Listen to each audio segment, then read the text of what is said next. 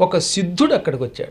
శివాలయంలో కూర్చుని ఎక్కువ ఏడిస్తే శివుడు ఎవడో ఒకటి పంపుతట్ట కష్టాలు తొలగించడానికి. గుర్తుపెట్టుకోండి. ఇక మీదట ఎప్పుడైనా బాగా దుఃఖం వచ్చినప్పుడు, కష్టంలోంచి బయటపడలేనప్పుడు, మనం అనుకున్న వాళ్ళు మనకి దర్శనం ఇవ్వనప్పుడు, ముఖ్యంగా శిష్యులు పూర్వకాలంలో గురువుగారికి దూరం అయ్యి మా గురువుగారిని ఎప్పుడు చూస్తామో అని ఏడ్చి తప్పించిపోయేవారట. అటువంటి వాళ్ళు శివాలయానికి వచ్చేవారట. మీకు స్కాంద పురాణంలో కథ ఉంది. గురువుగారు చచ్చిపోయాడు. గురువుగారంటే ఎంతో భక్తి కలిగిన శిష్యుడు నా గురువును చూడకపోతే బతకలేనని శివాలయంలో ఏడిస్తే రోజు శివుడు ఆ గురువుగారి వేషంలో వచ్చి కాసేపు కనబడి బోధించిపోయేవాట. ఆ శివుడి గొప్పతనం అది. నేను అలాంటి వాళ్ళని చూశాను. ఎంతోమంది మహానుభావుల్ని కష్టం వచ్చినప్పుడు గురువు కనపడకపోతే మా గురువుగారిని తప్పించిపోతే శివుడి ఆలయానికి వెళ్ళి ఏడిస్తే శివుడు ఆ రూపంలో దర్శనమిచ్చేవాడు. మా నాన్నగారు వెళ్ళిపోయారు 2001లో. నేను ఆయన్ని ఎప్పుడూ చూడాలనుకునేవాడిని. ఎందుకంటే నాకు తండ్రి కాదు, ఆయన గురువు. కేవలం శరీరం ఇచ్చేవాళ్ళు తండ్రి. నాకు ఈ సంస్కృతం, తెలుగు, హిందీ అన్నీ ఆయన నేర్పారు. నాకు బయటికి వెళ్ళవలసిన అవసరం లేకుండా నా పూర్వజన్మ సుకృతం వల్ల ఆ పుణ్యాత్ముడు మాట్లాడితే నాకు భాష వచ్చేది. మంత్రోపదేశం చేసిన వాడు ఆయనే, విద్యను నేర్పింది ఆయనే. అందుకని తండ్రి గురువు ఆయనే అవడం వల్ల ఆయన లేకపోతే చాలా కాలం అసలు నేను పురాణం చెప్పలేని అనుకునేవాడిని. అంత బాధ వచ్చేసేది అనమాట. ఈ జ్ఞానం ఉన్నప్పటికీ గురువుని ప్రత్యక్షంగా చూడలేని శిష్యులు ఎంత యాతన అనుభవిస్తారు అనడానికి నేను కూడా ఒక ఉదాహరణ. భగవంతుడు ఎప్పుడు ఎదురుగుండానే ఉంటాడు. కనబడినా కనబడకపోయినా అంతటా ఉంటాడు. అలాగే గురువు భౌతిక దేహంతో మనకి దర్శనం ఇవ్వకపోయినా ఏదో రూపంలో ఉంటాడని తెలిసినా ఈ జ్ఞానాన్ని అజ్ఞానం కమ్ముతుంది. అది ఉండాలి కూడా శిష్యులకి. ఏం ఏడ్చేవండి ఆ రోజుల్లో. నేను నీలకంఠేశ్వర శతకం రాశా. ఆ శతకంలో తండ్రి గారు పోయినప్పుడు ఒక పద్యం రాశాను. తనువుల్ ప్రాణము గేహమును ధనము, తనువుల్ ప్రాణము గేహముల్ ధనము, విద్యా బుద్ధి వాక్సిద్ధులిచ్చిన తండ్రిన్, విద్యా బుద్ధి వాక్సిద్ధులిచ్చిన తండ్రిల్ చితిపై నవ్వుంచగనే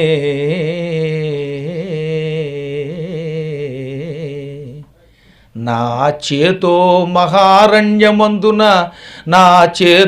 మహారణ్యమందున దావాగ్నులు ప్రజ్వరిల్లినవి, తద్దుఃఖాగ్ని దీపంబు నీకును నైవేద్యము తచ్చరీరమగు చేకో నీలకంఠేశ్వరా.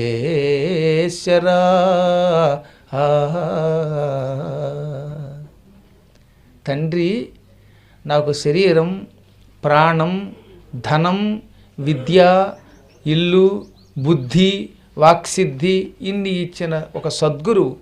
అటువంటి సద్గురువు యొక్క శరీరాన్ని చూడగానే నా హృదయం అనేటటువంటి అడవిలో దావాగ్ని పుట్టింది. అడవిని కాల్చేదేమిటి? దావాగ్ని.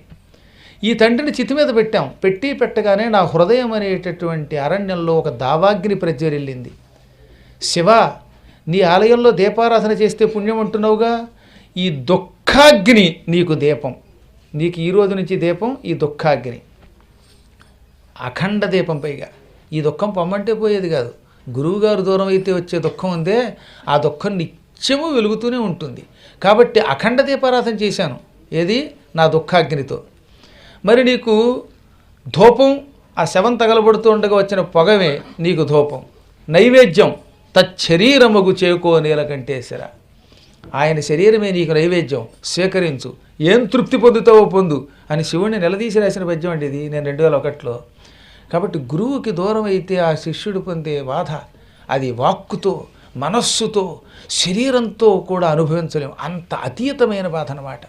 అందుకని ఏం చేస్తారు సాధారణంగా ప్రతి వాళ్ళు కూడా తమ గురువు దూరం అయిపోయినప్పుడు ఆ శివాలయానికి వెళ్ళి ఏడిస్తే శివుడు ఆ రూపంలో దర్శనమిస్తాడు. ఇది మా నాన్నగారు ఒకప్పుడు చెప్పారు, అది గుర్తుంది. అందుకే ఆయన వెళ్ళిపోయినప్పుడల్లా నేను కాశీలోకి వెళ్ళిపోయి అక్కడ భాగవత సప్తాహం, కాశీఖండం పారాయణ చేసి రోజు ఏదో ఒక లింగం దగ్గరికి వెళ్ళి ఏడ్చేవాడిని కాసేపు. వెంటనే మా నాన్నగారు అందులోంచి వచ్చి ఆ చేత్తో నిమిరిపోయేవారు. నేను అనుభవించి చెప్తున్న మాట ఇదంతా, రవ్వంత అతిశయోక్తి లేదు.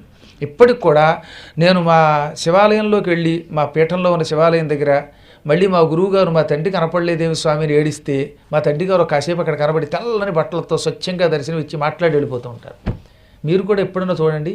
మీ గురువుకు దూరం అయితే, ఆ గురువుని చూడాలని ఆర్తి కలిగితే ఒక్కసారి శివుడి దగ్గరికి వెళ్ళి ఏడవండి, ప్రార్థించండి, శివశివ అనండి. శివుడు మీకు ఆ రూపంలో దర్శనమిస్తాడు.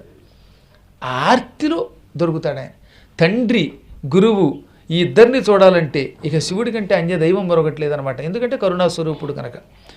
ఇప్పుడు